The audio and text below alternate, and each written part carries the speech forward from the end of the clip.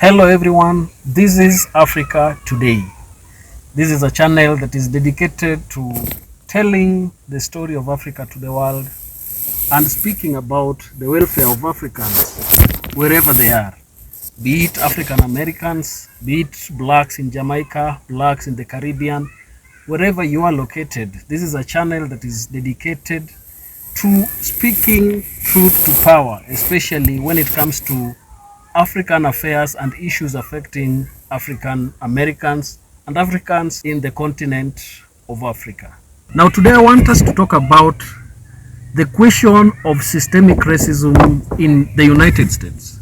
The reason why I want to talk about this is because of the campaigns that are already going on. You can tell that in 2024 there is an election coming for electing the President of the United States.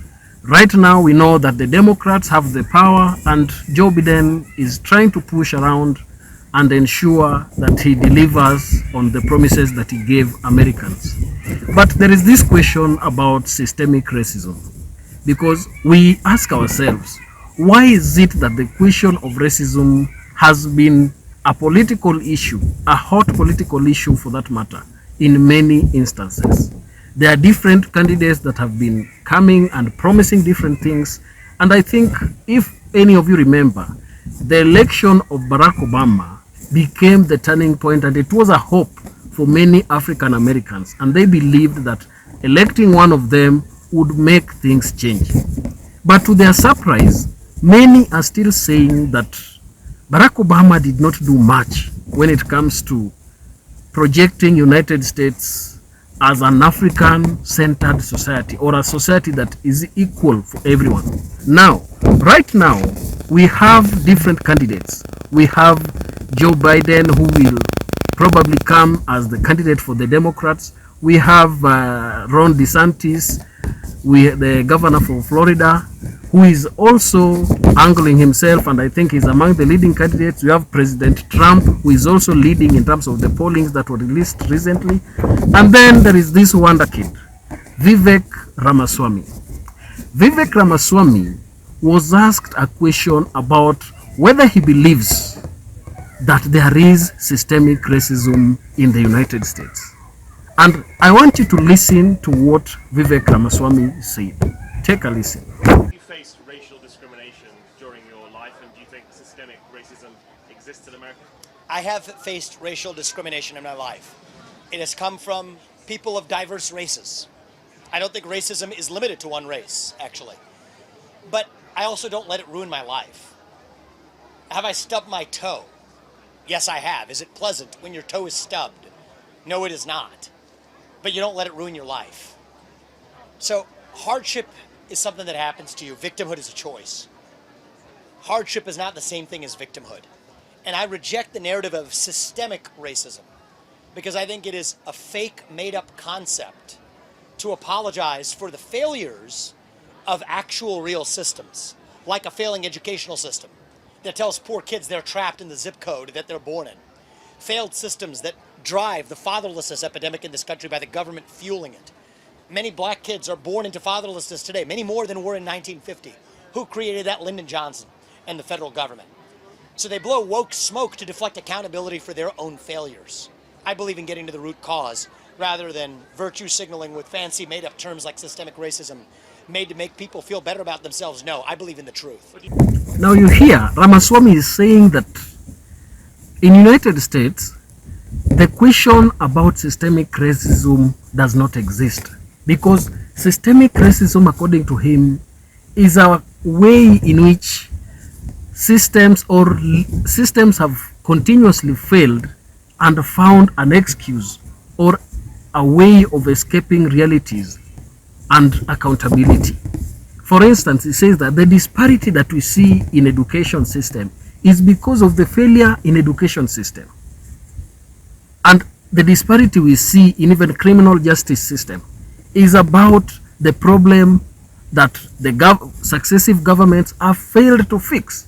I don't know what you think about this topic, because it remains to be a serious issue and a hot topic to be discussed when it comes to the 2024 elections that are going to happen in the United States. The racism question is something, and it is a card that has been thrown at every point for every politician who wants to get the votes of the blacks. I don't know, African Americans, what you believe or whom you believe in these two political formations, because many have always voted for many years with the Democrats because it is believed that they are pushing the liberal ideas and that they have that ability to ensure that they protect and they fight for the issues about African Americans. And in fact, that is why the election of President Obama became a turning point for many blacks in the country. And what turns out is that many of them did not get what they believed they were going to get. So the question of racism is something that people have different opinions about it. But what is this systemic racism?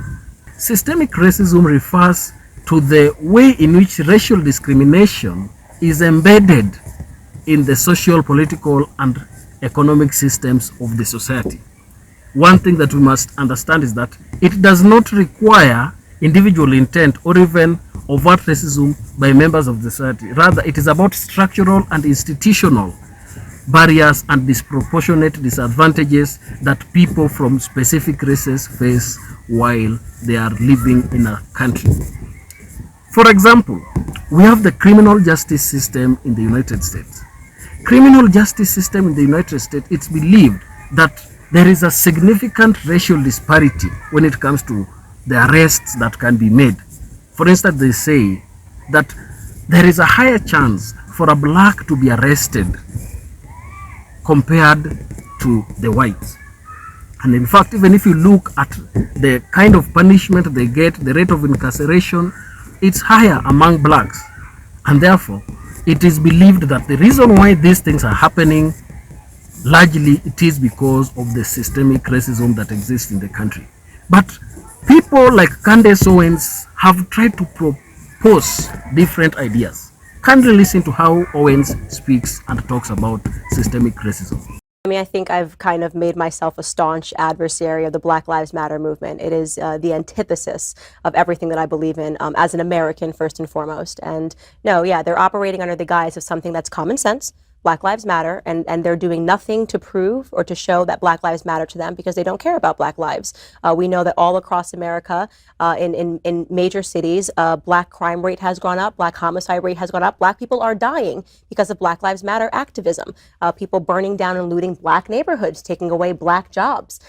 So I hate everything to do with Black Lives Matter, and I have used my platform, my voice to speak out against what is ultimately a big lie, right? This is all built upon the idea that Black Americans are being gunned unarmed by a police officer. We're just peacefully, doing our business, and a police officer sees us and they come up to us and they want to shoot us and they want to kill us. And that's a lie. There is no systemic racism. There is no law. There is nothing that says that I can't do something as a Black person that you can do. For Candace Owens, she believes that Black Americans are always used as pawns when it comes to talking about the question of racism. Why does she say this? She says that Democrats have gotten into what she calls racial business, whereby they gain financial assistance by championing causes that are considered to be racial.